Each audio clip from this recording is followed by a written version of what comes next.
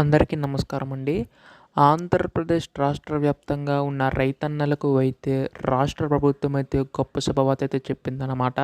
So వారి వారి ఖాతాల్లో అన్నదాత సుఖీభావ పథకం కింద డబ్బులు అనేవి అయితే జమ చేయబోతున్నారు.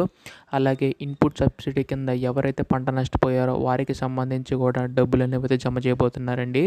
అయితే దానికి సంబంధించి ఎప్పుడు జమ చేస్తారు, ఎవరికి జమ చేస్తారో ప్రతిదీ కూడా తెలుసుకుందామండి. ఈ వీడియోనైతే ఎక్కడ కూడా స్కిప్ చేయకుండా చివరి వరకు అయితే చూడండి.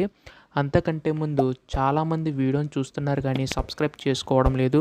మీరు కనుక సబ్స్క్రైబ్ చేసుకుంటే రాష్ట్ర ప్రభుత్వం దగ్గర నుంచి ఏ అప్డేట్ వచ్చినా కానీ మీకైతే ముందుగా తెలియజేస్తాను.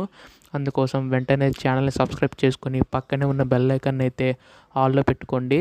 అలాగే మీ ఫ్రెండ్స్ అందరికి కూడా షేర్ చేయండి. ఇంకా ఆలస్యం చేయకుండా వీడియోలోకి అయితే వెళ్ళిపోదాం.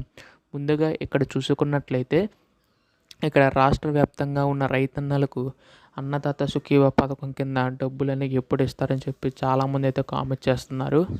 సో దానికి సంబంధించిన వివరాలు కూడా తెలుసుకుందామండి.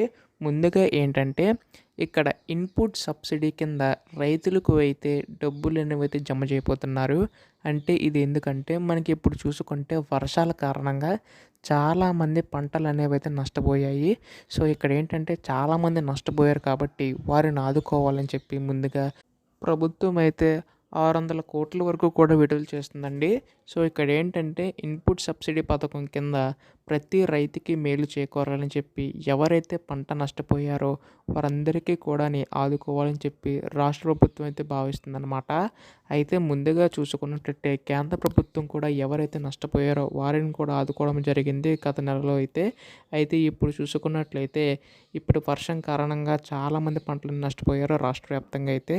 సో ఖచ్చితంగా వాళ్ళందరినీ ఆదుకోవాలని చెప్పి రాష్ట్ర ప్రభుత్వం అయితే భావిస్తుంది.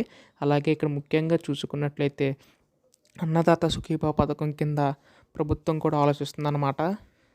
అంటే ఇక్కడ ఎలాగంటే ఇప్పుడు మనకి ఈ నెలలో క్యాబినెట్ మీటింగ్ అయితే జరగనుంది. అంటే మంత్రివర్గ సమావేశం అయితే పెట్టనున్నారు. అక్కడ ఏంటంటే రాష్ట్ర స్థాయి బడ్జెట్ మొత్తం కూడాని సో ఏవే నిధులు కేటాయించాలి ప్రతిదీ కూడా అయితే అంచనా వేయనున్నారండి.